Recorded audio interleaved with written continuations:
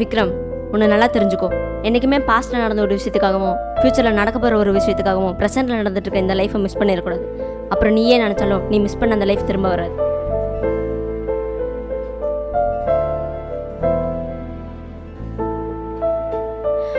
நீ வாங்கி கொடுத்த கிஃப்டெல்லாம் கரெக்டாக இருக்கான்னு பார்த்துக்கோ. நான் கிளம்புறேன். யாழ்னி, சாரி யாழ்னி.